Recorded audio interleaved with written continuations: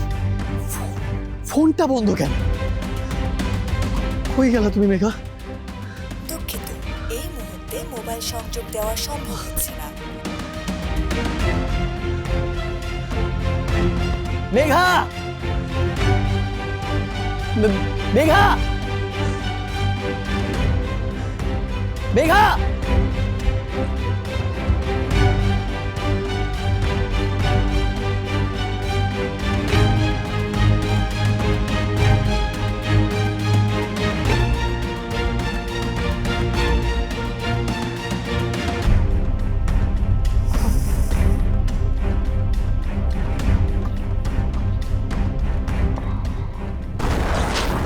হিউস্টনে rocking tasty, সীমানা ছাড়াও নিজেকে হারাও। বড় মামি, আমরা সবাই সরি। আসলে I am not surprised at all Rasha, একটু অবাক হইনি।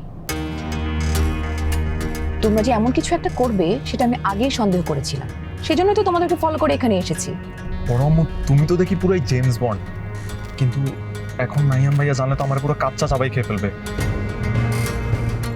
বড় মামি, তুমি নাহিয়ানের সাথে কি কথা বলছো? রাশা, একে তো অন্যায় করেছো, তার উপর আবার এখন এত কথা কেন বলছো?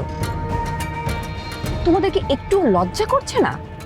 তোমরা সবাইকে মিথ্যা বলে নাহিয়ানের সাথে দেখা করতে এসেছো, আবার পার্টিও করছো। মানে সবাই যখন জানবে যে মানে সত্যিটা জানবে, তখন কি হবে ভেবে দেখেছো একবার? নীনা, আমি তোমার কাছে এটা একদমই এক্সপেক্ট করিনি। মানে তুমি কখনোই আমার কাছে মিথ্যা বলনি, মানে মিথ্যা বলতে শেখোনি। আর এই রাশা আর ফারদিনের পাল্লায় পড়ে মানে ওরা তোমাকে মিথ্যা বলাও শিখিয়ে দিয়েছে। মম প্লিজ, ওদের বকো না। ওরা যদি আজকে আমাকে নাহির কাছে নিয়ে না যেত, তখন আমি সাফোকেট করে মরেই যেতাম। আমার কখন মন খারাপ হয়, আমি কখন প্যানিক অ্যাটাক করি, তুমি তো খেয়াল রাখো না। অ্যাটলিস্ট ফারদিন আর রাশা সেটা বোঝে বলেই আমাকে নাহির কাছে নিয়ে গেছে। চুপ, একদম চুপ, একটা কথাও বলবে না।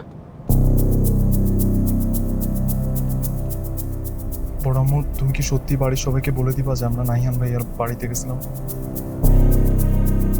বড় মামি, তুমি যদি বলে দাও তাহলে বড় মামা তো আমাদের সবাইকে বাসার বাইরে আর বের হতে দিবে না।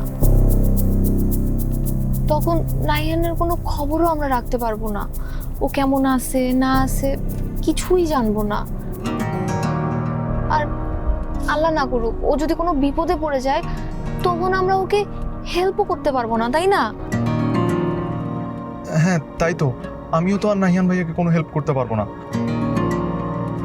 ভাইয়ার কখন কি লাগে সেটাও জানতে পারবো না। ইস, কি যে একটা প্রবলেম হবে। বাসায় গিয়ে কাউকে কিছু বলার দরকার নেই,